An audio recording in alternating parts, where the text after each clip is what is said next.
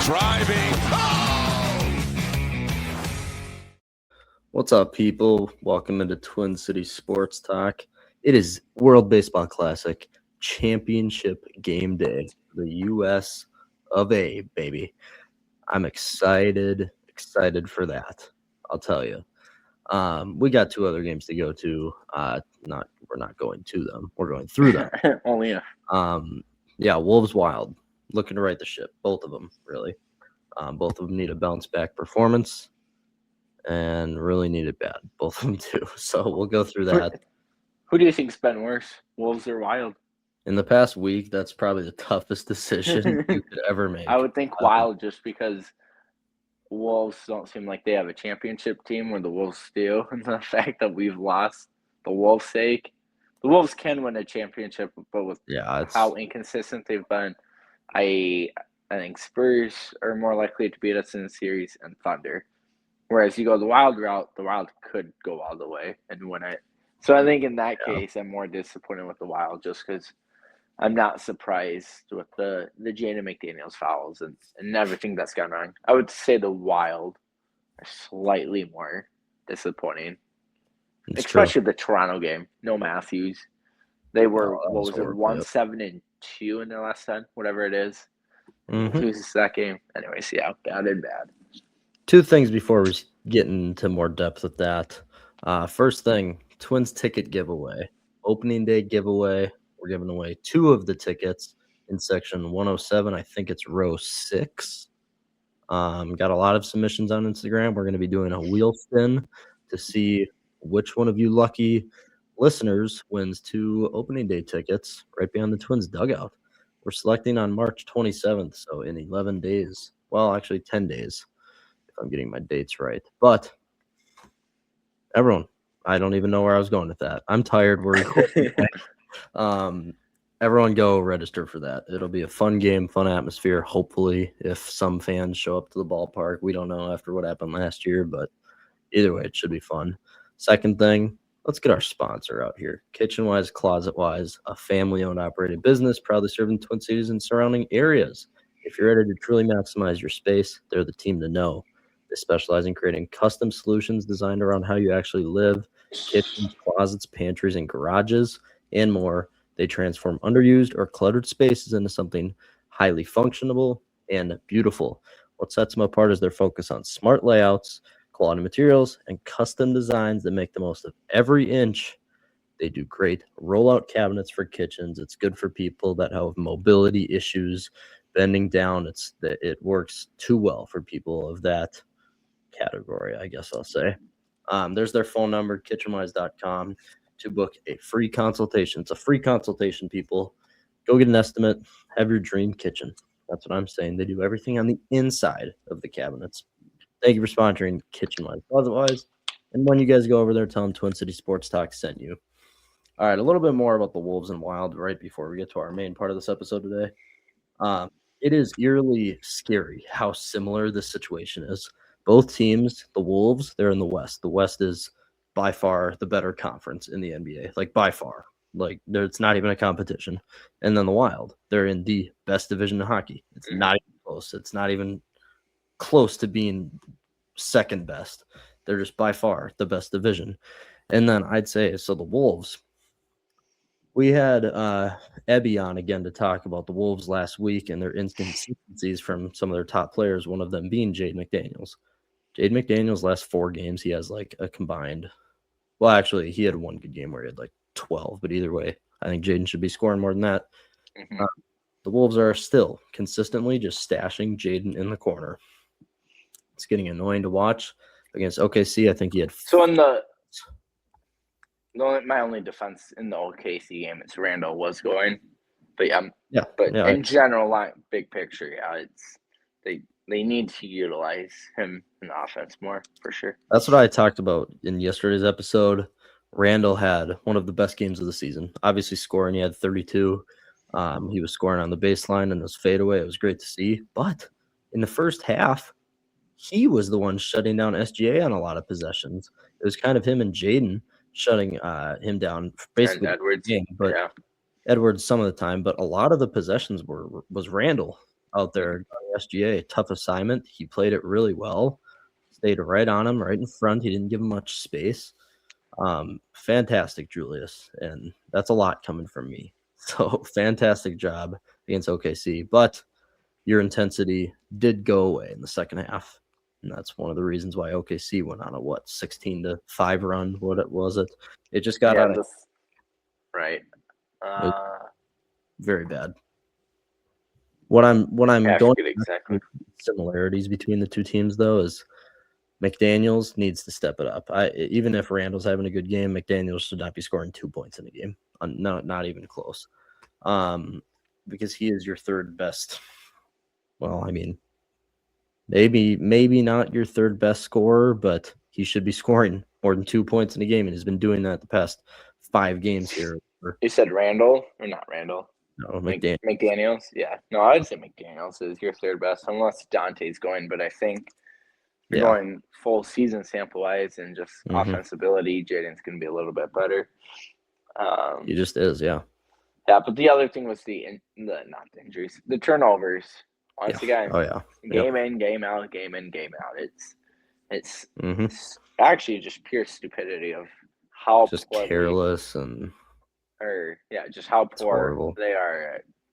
Just like it's like just simple basketball details you learn like growing up. It's like when you collect an inbound pass, secure the ball with your 2 hands, turn, see if you've got a defender on you, go or like on when they're trying to go out in transition, right, off a shot rebound. How many times McDaniels is so known for it?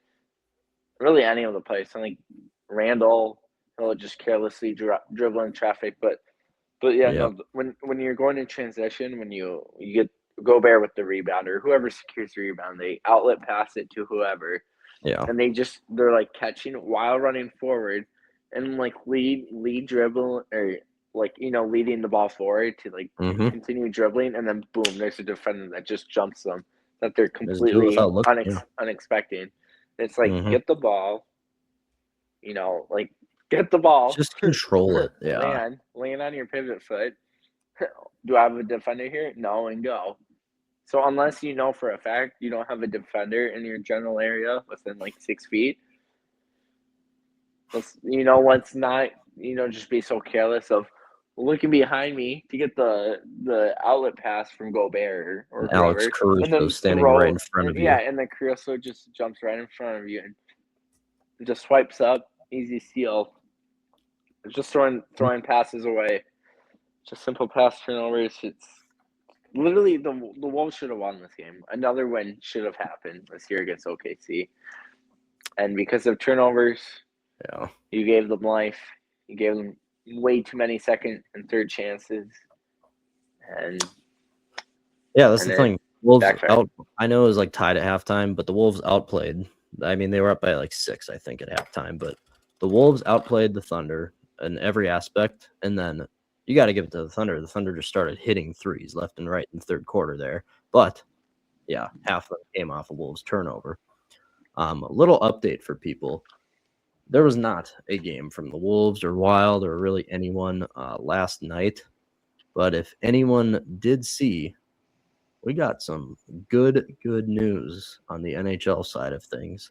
I'm not even saying this matters anymore, but the Stars lost, and the Avalanche lost 7-2 to the Penguins. What a night, Wild fans. What a night. I don't know, but here's my opinion on this. Does it even matter? The Wild are 6 points behind the Stars now. And they're 9 points behind the Avs. Yeah. Avs, it doesn't even matter. Dallas. I think if I was the Wild, I would just have the mindset of you're the 3rd seed. Yeah. So let's win the playoff series against Dallas in 5 or 6. Don't even let it get to a game 7. Just take care of business. Now, it's easier said than done. Dallas is obviously legit, considering they've barely lost.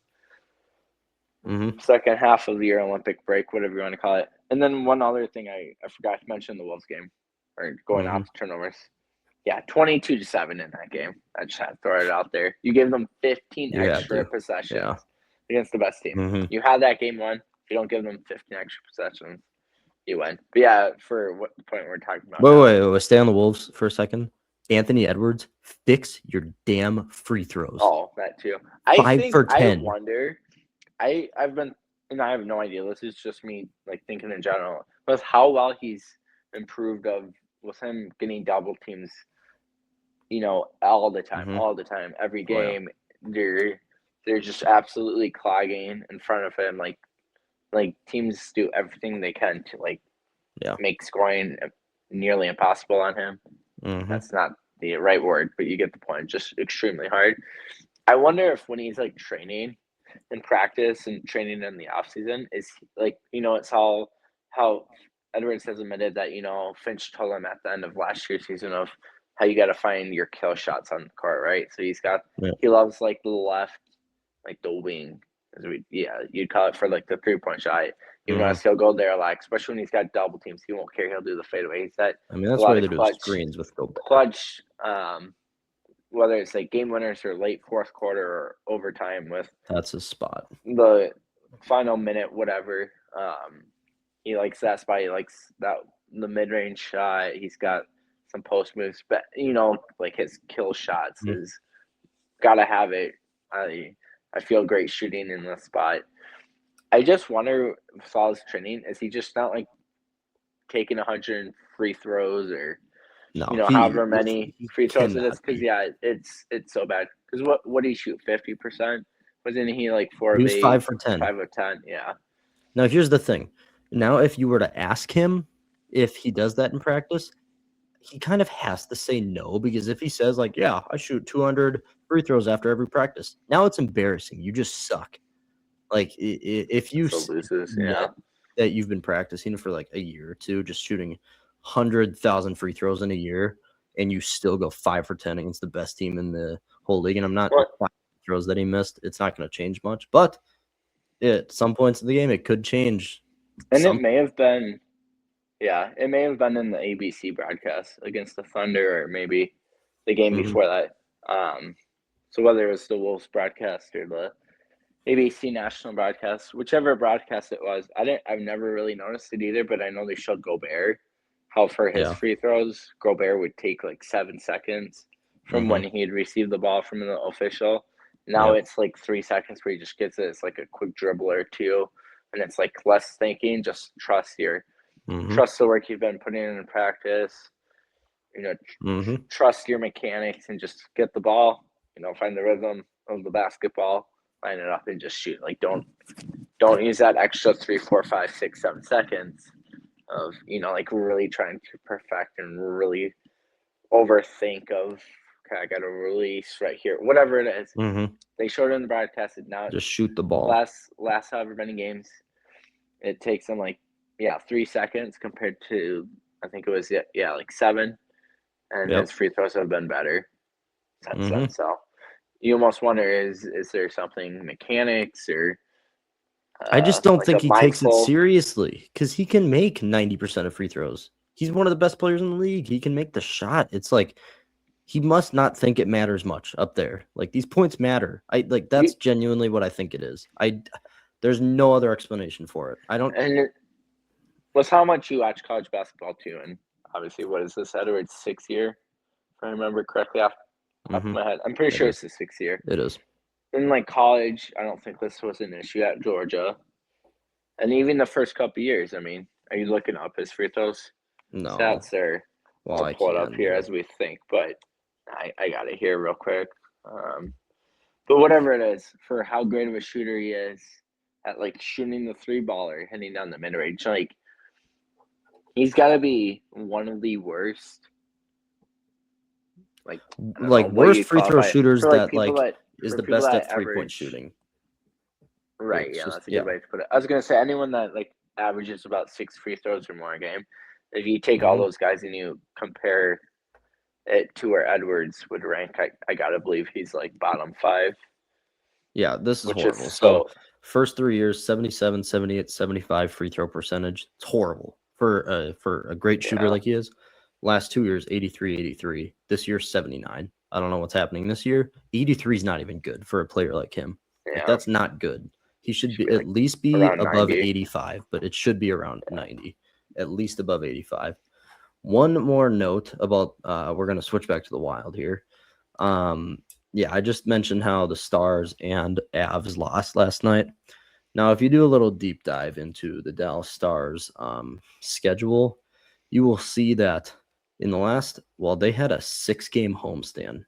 I mean, and they won most of those games. Obviously, they've been winning almost every game here, but they had a 6-game homestand between Colorado, Chicago, Vegas, Edmonton, Detroit, and then this last game last night, Utah.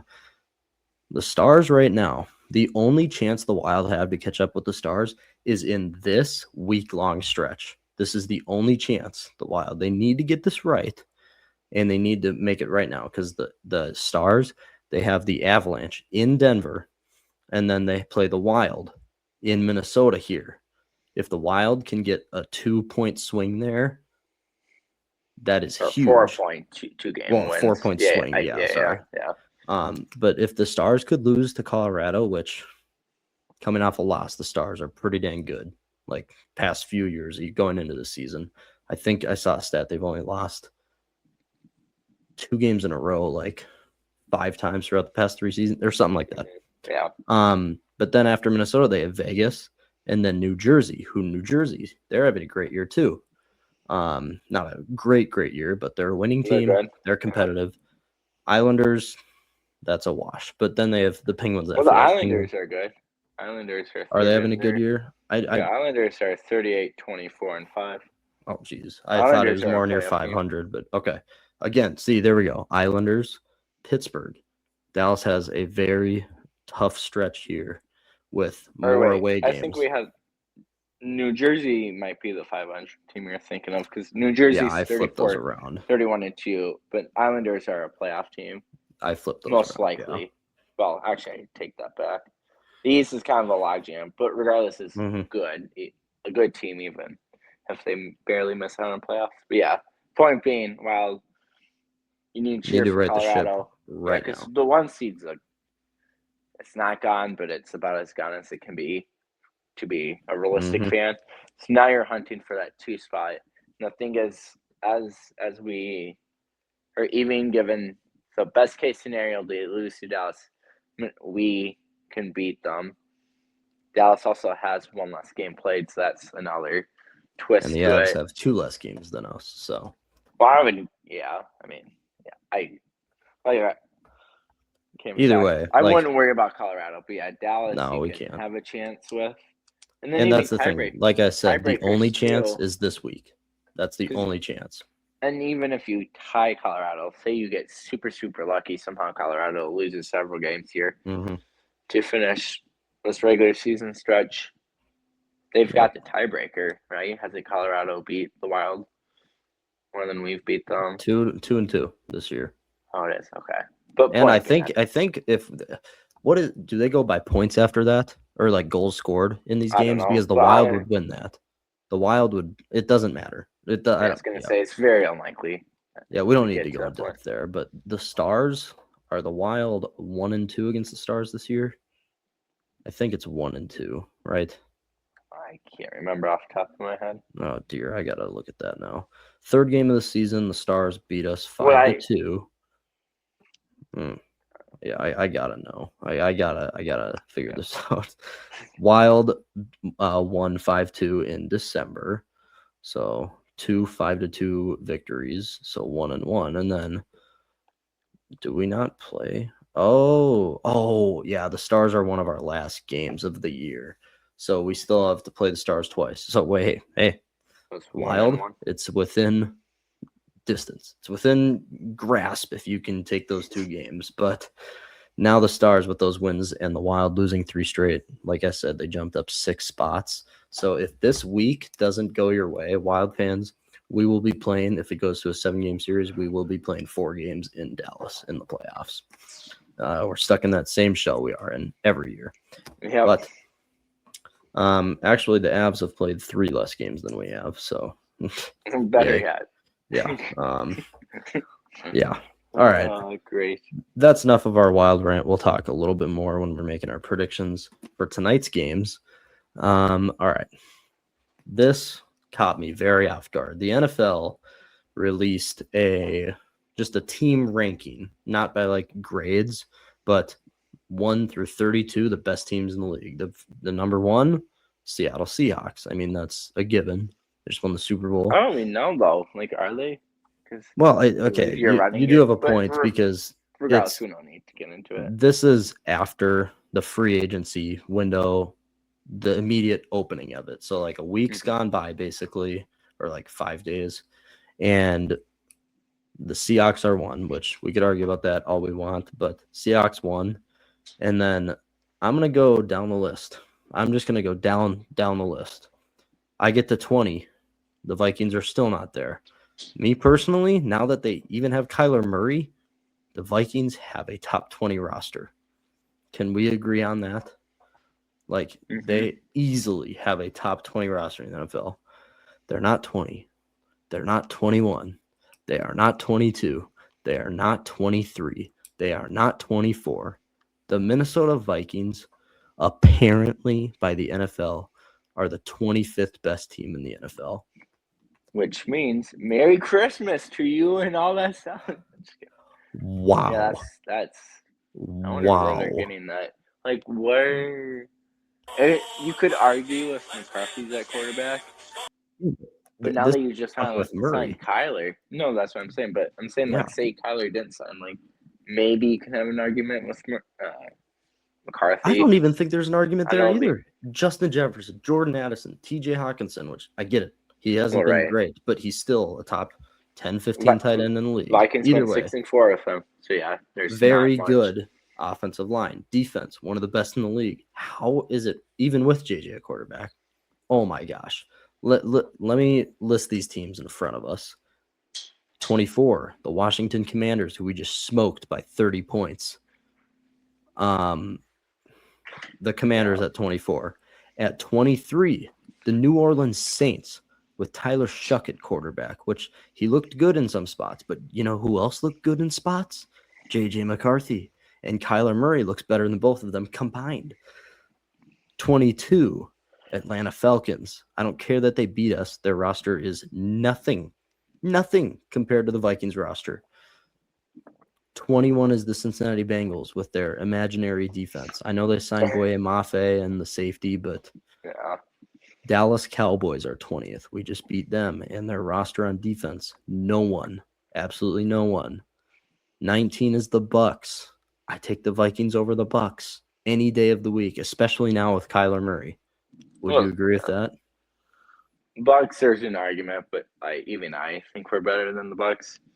Indianapolis Colts.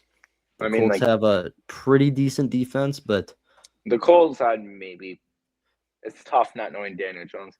I think I'm thinking pre-injury Daniel Jones. No, we got to think into next year.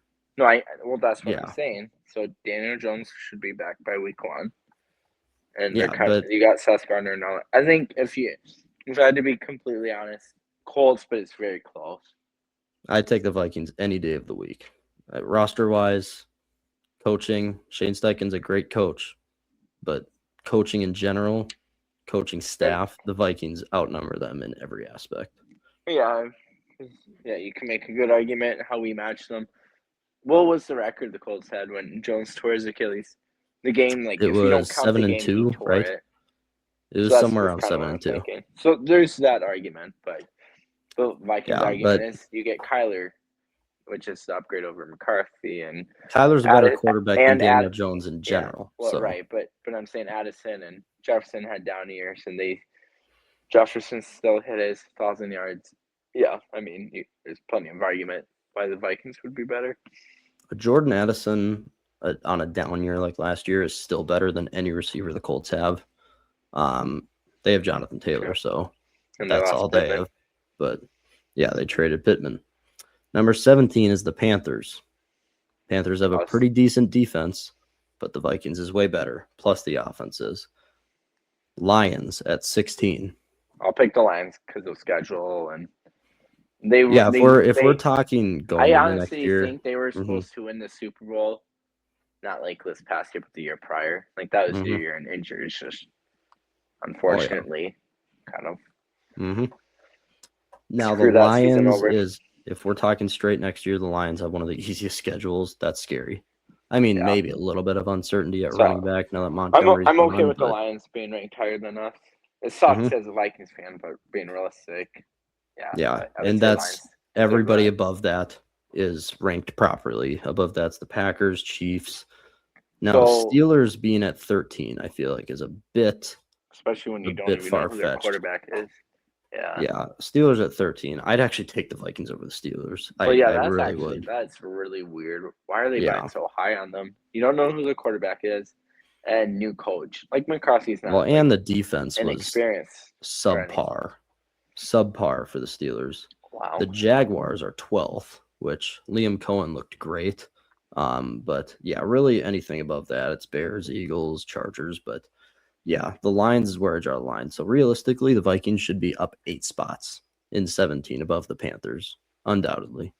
It's all good though. Fuel to the fire. More motivation. This is what happened in 2024. We were ranked like 23rd in the league, went 14-3, playoff berth. We know how that went, but yeah, I had to note that because that is horrible, absolutely horrible. Plus, yeah, I'm trying to think. So like, I'm trying to think the teams that I think Colts and Lions were the only ones you mentioned. Here, real quick, rapid fire. So go Vikings and then like the Commanders, Saints, Falcons, Bengals, Cowboys, Bucks, Colts, Panthers, and then that's the Lions. But Lions, I think it's for me, it's Colts and Lions are the only two that I really agree with. I think the rest were all slightly or not slightly better, whatever you want to call it. Yeah. Yeah, and yeah, the Colts are an argument. I can't trust a subpar quarterback throughout his career, coming off an Achilles tear. I don't. I can't trust that. But I think when you join that right team, Darnold joined the Vikings, he was good in, and then goes to another good team with Seattle. Mm-hmm. I think this might be like where they like. I think the inconsistent quarterback play that's in the past when you can join that right team. So assuming Daniel Jones, can bounce back from this injury and it doesn't completely just ruin his career. Yeah. Mm-hmm. See, I was gonna say that, but I don't know if that's the exact word. But yeah, as long as the injury doesn't heavily affect him, that Colts team was scary good prior to the injury. They've got Jonathan Taylor, they got the balance, they got the coaching. Pittman's the only thing you can argue because they had to pay Pierce, but you still have Downs as your other receiver.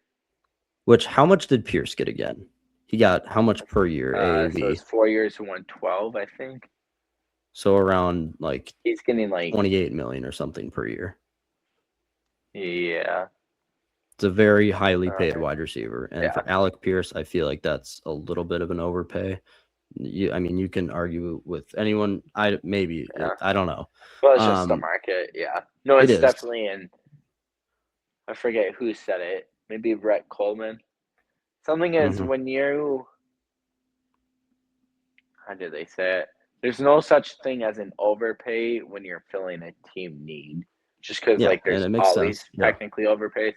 Because that was the biggest argument for the Raiders when they signed Litterbomb. Do they overpay for him? 100%. But if he plays great and he's a top 5 center in the league, and it bolsters that O-line and it creates the running a much easier running game for Genty and pass protection, all the other reasons, right? Then is it still really an overpay? Technically by the book, and when you look at the numbers, yes. But if the production's there and you fixed it, you really call it an overpay? That's like the question that I forget who said it. I don't know. I wish I could give them their my point flowers, here is the Colts don't have any money to make any moves. All they've done is lose players this offseason. Obviously, they retained Pierce, and then they also overpaid for a one good year quarterback, Daniel Jones, giving him $44 million a year out of torn Achilles. You don't do that. No. That one's. Yeah, he might come play subpar or average and maybe even plays pretty good like he was, but I don't care. Like there's too much uncertainty coming off an Achilles tear where it's a muscle and it's fractured. Like it's not getting better. You can't 100%. There's such a big risk re-injuring that or something around that area in his foot. Now that that's happened once before, I don't trust it. But my thing here is they don't have much money to spend at all. They haven't made any additions. They lost Kwity Paye. I know their tackle Braden Smith, one of the best tackles in the league. He's in free agency or he got signed by somewhere else. I don't really know, but actually he went to the Texans. No, I do know that. He went to the Texans. And either way, the Colts produce all linemen like a freaking factory. It's not even funny how good the offensive line is all the time. But either way, it's downgrades. They're not being able to retain anyone. They're not making any additions. I have the Vikings over them, but we can disagree on that. We can disagree. All right. I just needed to mention that. NFL ranked the Vikings at 25th in the league. Outrageous. Outrageous. Yeah. Another thing, too, kind of one last thing with the NFL talk, unless you got more. Mm-hmm. How does Justin Fields get traded for nearly nothing? I think I get the salary cap and everything. But the fact that the Chiefs picked Fields up for a 6-rounder is just like. They did? I didn't even know that. Yeah, that happened yesterday. Like, wow. Yeah, okay. It was yesterday. I think Monday morning. Around there, yeah. So Justin Fields is the Chiefs' new quarterback. Yeah. Pretty sure it's a 6-rounder. And then the Jets are paying like 70% remaining of this guaranteed salary. I didn't really look into it too much. I just kind of saw it quick. Yeah, just a recap of the trade, but yeah. And I think it's a future pick. I don't even think it's this year. So I think it was like a 27-28 6-rounder. I gotta say, the Jets will Jets. It's stupid how stupid they are.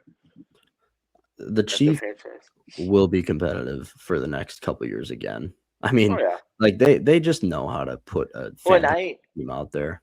And even if this is Kelsey's final year, regardless or not, like as long as you have Mahomes and as long as you have Coach Reed, it's kind of like for you and I's childhood, right? Belichick, Brady, and the Patriots, and that dynasty. Like a lot of people think their dynasty's over. I don't know if it's really over.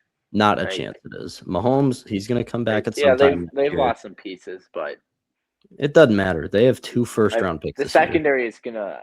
I really do think the secondary is gonna be like what the Rams secondary was, just really bad, because they lost Cook and as a free agent, they lost their top 2 quarters. Watson and McDuffie, but overall, back to my point, you have Coach Reed, I was about to say Coach Mahomes. You have Coach Reed, and you have Patrick Mahomes, and you got Kelsey back, and you signed Kenneth Walker. Kenneth Walker for 3 years, and one of those first-round picks they have will be spent on a corner. Undoubted, they're going to fill the position there. Sure.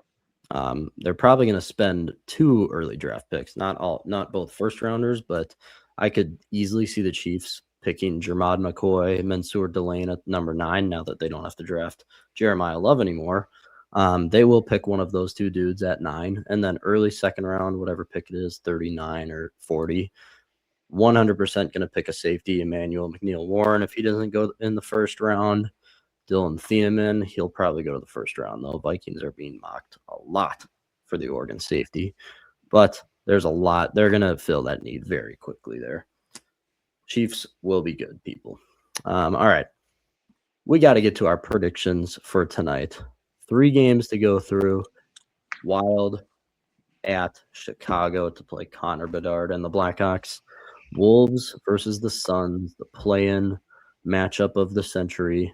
Wolves are fighting to stay out of a play-in tournament spot. Absolutely embarrassing. And then it is the World Baseball Classic Championship. USA versus Venezuela after they just beat Italy last night. All right, Trev, any thoughts before you make these? What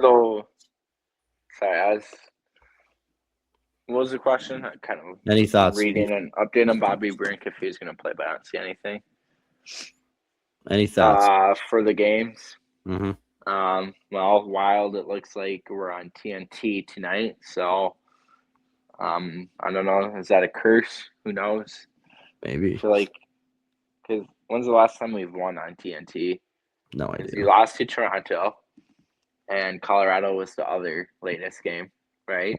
Besides the Toronto This game. is depending on what you want to watch it on. It's still on FanDuel, but so people, everyone, True go watch that. on FanDuel. Yeah, don't Anthony tune into LaPanta. TNT. I will be. I love LaPanta. I don't need no Kenny Albert in my life. Kenny Albert here with Kenny Albert here with Jonathan Vilma. We got the Vikings and Bears on Fox. Fox. All right. But no, for predictions, I don't know. Yeah, why don't you just shoot your I don't water? really have too many. I don't really have thoughts other than it seems like a jinx. I guess I'll start with Chicago and Wild. Mm-hmm. Now, if you can't beat Chicago, then I don't know what to tell you. Wild win. How's Chicago been doing scoring recently? All right, Wild win 4-3 because of course they got to make it stressful. Oh yeah. And is this a fair prediction? Either Nick Foligno or Ryan Donato gets a point. So neither are like top point getters. Sweet. Mm-hmm. Or Donato. Yeah. I should say or. Yeah, that's definitely. Oh, I guess. Yeah, here we go. Nick Foligno revenge game is what you could call it. Where I was going Completely there. forgot. Yeah. I didn't even think about that. Yeah, Trevor hit the nail on the head here. If you can't beat the Blackhawks in this, I mean, here's the thing. Tomorrow night is that Dallas Avalanche game. And then Wild Dallas in St. Paul. It's going to be a heck of an environment. If you can't beat the Blackhawks, say hello to the third seed. It's just you can't have these bad vibes. You need to win a game going into this big game against Dallas. I mean, that's the only way to put it. And actually, granted, we have 2 games against Chicago. We play Chicago again Thursday, and then we play Dallas. So back-to-back games with Chicago, but you got to get the vibes up. You got to sweep them here. It's definitely in play. Wild win. Last game against the Leafs, I said the Wild offense, and they would just get shots on net, and it really didn't happen until the third period. Oh, would it be crazy to say that I think the Wild will win 5-2? Because I am 5-2. I am very confident that the Wild will just get shots on net and carry over that third period they had from the Maple Leafs game where they dominated the entire period. What were you freaking out about? Well, I'm prepping for my Wolves prediction. I just realized Edwards isn't playing tonight. So why is that? His knee soreness. Aye. All right. I'll go with my prediction. So I am not done yet. Wild win 5-2. Okay. My player prediction. Marcus. Oh man, I really like first. Gustafson no, scores a goal. Maybe. First line will have 3 goals tonight. Boom. Easy. Done it. All right, Trev, you can snipe me here. Wolves. All right, I'm gonna go Io. Jeez, let me back up. Wolves win or lose. Any idea how the Suns have been? Let me see. They just lost the Celtics. Celtics are last night. They lost to Toronto, and then they beat Indianapolis, Milwaukee, Charlotte, which is probably expected. I'm gonna go with a Wolves loss. Damn it! No Edwards. Yep. What's the score? Reed is also questionable. I've seen with his shoulder injury. I'm gonna go with Wolves 1-11 to 1-16 loss. Yeah, 1-11, 1-16 loss. Okay. Player prediction. And Io for 16 plus. Is that fair? Okay. Yep. All right. My Wolves prediction. Now with Ant, you said he's for sure out, or is he questionable? Yeah, let me double check, but I'm pretty sure he's for sure out tonight. Yeah, Tuesday ruled out. Edwards out for Tuesday's game against the Suns due to right knee soreness. And then Reed, the other guy on the injury report with his shoulder is questionable. Bring in Yohan Berenjay. Do another Berenjay, and then he'll just not even be with the team. True. Do it. All right. Rocco Obviously, Sikorsky. Dylan Brooks is out. Mark Williams, I think he's still out. I don't think it matters. Wolves lose because this team is playing some horrible basketball.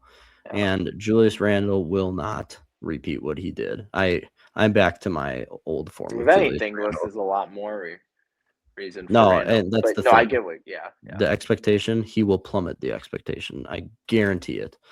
Wolves lose 108, 10. No, you know what? I got to go like 118 to 107.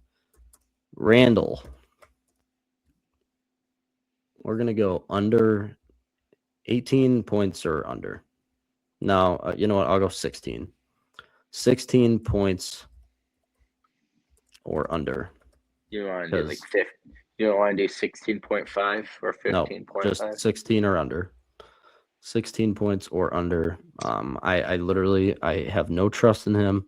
I do not see him having 2 great games in a row. I just can't. I can't imagine it. Yeah. All right. Here's the biggest game of the night. We don't care about our Minnesota sports. We care about Byron Buxton. That's the thing, winning gold. Kind of sucks. All 3 of these are on tonight. And at the same exact time. You cannot watch all of them. Yep. Real quick, do we know pitching matchups tonight? I'm trying to see. It's Nolan McLean for the U.S. I have no idea who's going for Venezuela.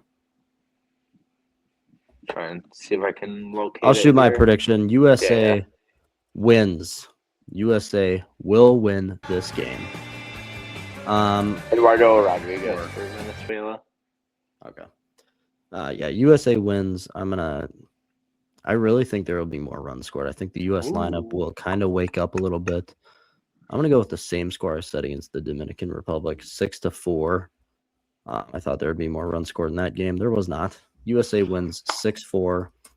Player prediction. I'm going to say, this is a tough one. Very tough one.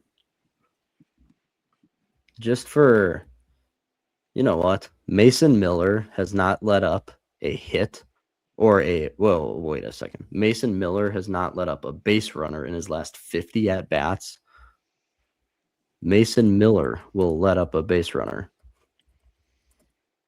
What's the stat? He hasn't in his last 50? 50 batters. He hasn't let up 1 base runner. 39 strikeouts in that time. Insane. Wow. Best receiver in the game, best closer. It's insane what the dude's doing. I'm going to jinx him here. Mason Miller lets up base runner, whether that's a walk-off winner for Venezuela or not. But there we go. I got to go against the stat because every time someone releases like a cool stat about a player, like their career, it's the jinx that's happening. So Miller, let's up a base runner. All right, Trev. What do you got? All right, I'm going to go. It's really backfire on me, but if USA goes by predictions, or not predictions, I'm thinking of us, matchups, I'm going to go with USA winning as well. Nice. Go with a score of, I'm going to go with a 4-3, just like the Wild win. Nice. And my prediction is going to be Buxton here records a hit and a stolen base. That is a strong take. Yeah, I'm going aggressive for a big game. He might not even play. I think he will, though, because lefty matchup, Buxton start ready. Oh, and then you could always pinch hit Pete Crow. Yeah, I'm going ultra aggressive. I don't care. Yeah. Got to respect the Buck truck. Yeah, hey. I cannot wait to be doing that. Real quick, so with it being a lefty, do you start at first base, Harper or Goldschmidt? What do you think? Prediction, what do we think is going to happen? Do you go Harper or do you go Goldschmidt? I do think he'll go Goldschmidt. Harper hasn't even been that good. But that's the thing, it's also Harper.